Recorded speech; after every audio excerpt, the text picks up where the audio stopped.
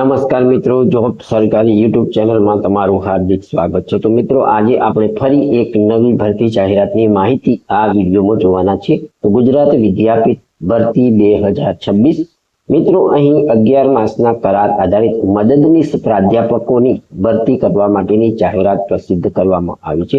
અહીં કુલ 28 જેટલી જગ્યાઓ ઉપર ભરતી થવાની છે। તો મિત્રો, ચાલો આપણે ગુજરાત વિદ્યાપીઠની ઓફિશિયલી જાહેરાત ઉપરથી આ માહિતી મેળવી। કરાર આધારિત પ્રાધ્યાપકોની ભરતી ગુજરાત વિદ્યાપીઠની સ્થાપના મહાત્મા ગાંધી દ્વારા 1920માં કરવામાં આવી હતી અને તે 1963 થી એક ડીમ્ડ યુનિવર્સિટી છે।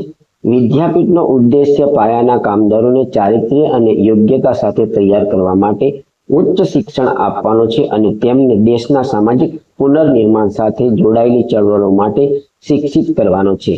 સત્ય અહિંસાનું પાલન, શ્રમના ગૌરવની ભાવના સાથે ઉત્પાદક કાર્યમાં ભાગીદારી, પુનઃનિર્માણ માટે પ્રાથમિકતા પર તમામ અભ્યાસક્રમોમાં ભાર મૂકવામાં આવે છે।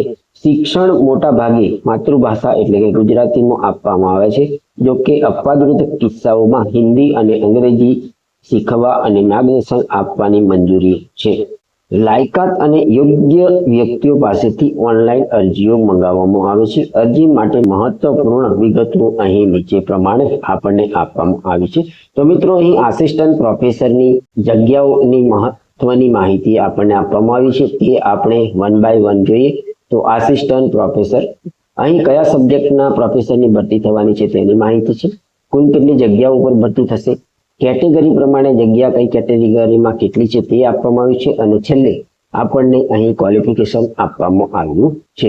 તો ક્રમ નંબર 1 ની અંદર જગ્યા છે કોમ્પ્યુટર સાયન્સ સબ્જેક્ટ માટેના પ્રોફેસરની જગ્યા છે। અહીં કુલ 4 જગ્યા ઉપર ભરતી થવાની છે। કેટેગરી પ્રમાણે જગ્યા જોઈએ તો યુઆર માટે 3 જગ્યા છે અને ઓબીસીના ઉમેદવારો માટે અહીં 1 જગ્યા છે।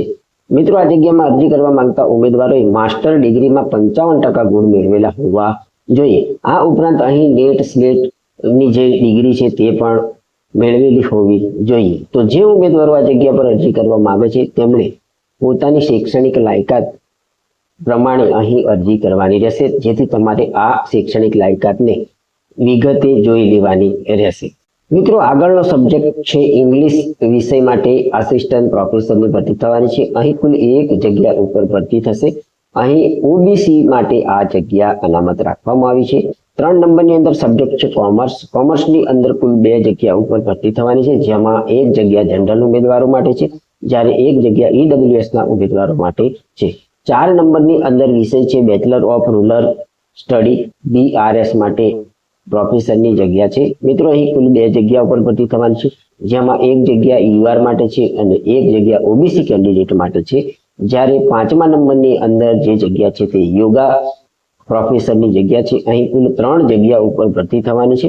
અહીં 1 જગ્યા યુઆર માટે છે, 1 જગ્યા ઓબીસી ઉમેદવાર માટે છે અને 1 જગ્યા એસસી ઉમેદવારો માટે છે। 6 નંબરની અંદર એજ્યુકેશન વિભાગમાં કુલ 10 જગ્યાઓ ઉપર ભરતી થવાની છે, જેમાં 5 જગ્યાઓ યુઆર ઉમેદવારો માટે છે, ઓબીસીના ઉમેદવારો માટે 2 જગ્યા છે, એસસી ઉમેદવારો માટે 1 જગ્યા છે, ઈડબ્લ્યુએસના ઉમેદવારો માટે અહીં 1 જગ્યા છે, એસટી ઉમેદવારો માટે અહીં 1 જગ્યા ઉપર ભરતી થવાની છે। 7મા નંબરનો વિષય છે મિત્રો એમબીએ વિભાગમાં કુલ 1 જગ્યા ઉપર ભરતી થવાની છે, જે જગ્યા યુઆર ઉમેદવારો માટે છે।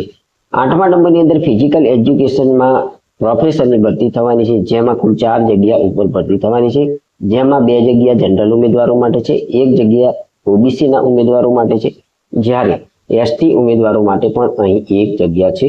9મા નંબરની અંદર સોશિયોલોજી વિભાગમાં 1 જગ્યા ઉપર ભરતી થવાની છે, જે જગ્યા જનરલ ઉમેદવારો માટે છે।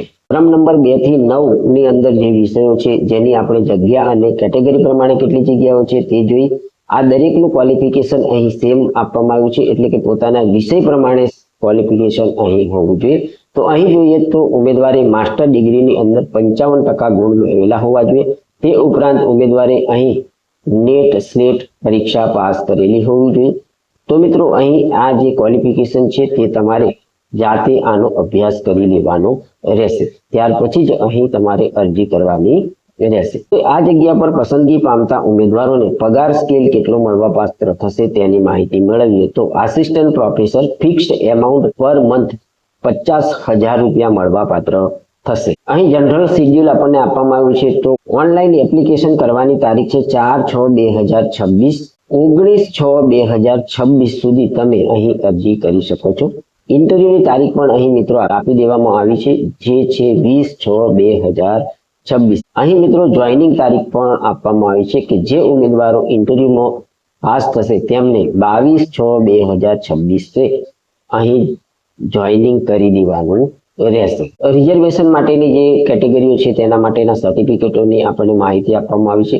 આ જનરલ જે ઇન્સ્ટ્રક્શન અને ઇન્ફોર્મેશન છે તે તમારે અહીં જોઈ લેવાનું રહેશે. આના માટે તમારે ગુજરાત વિદ્યાપીઠની વેબસાઇટ ઉપર જઈ અને આ જાહેરાતને ડાઉનલોડ કરી તેનો સંપૂર્ણ અભ્યાસ કર્યા પછી આની પર અરજી કરવાની રહેશે. તો મિત્રો, આ હતી ગુજરાત વિદ્યાપીઠ અમદાવાદ ખાતે કોન્ટ્રાક્ટ બેઝ ઉપર આસિસ્ટન્ટ પ્રોફેસરની જગ્યાઓ ઉપર ભરતી કરવા માટેની જાહેરાતની માહિતી આપતો વિડીયો. આ જાહેરાતની માહિતી આપતો વિડીયો આપને પસંદ આવ્યો હોય તો અમારી યુટ્યુબ ચેનલ જોબ સરકારીને જરૂરથી સબસ્ક્રાઇબ કરો, વિડીયોને લાઈક કરો અને તમારા મિત્રોને પણ આ વિડીયો શેર કરો. ધન્યવાદ.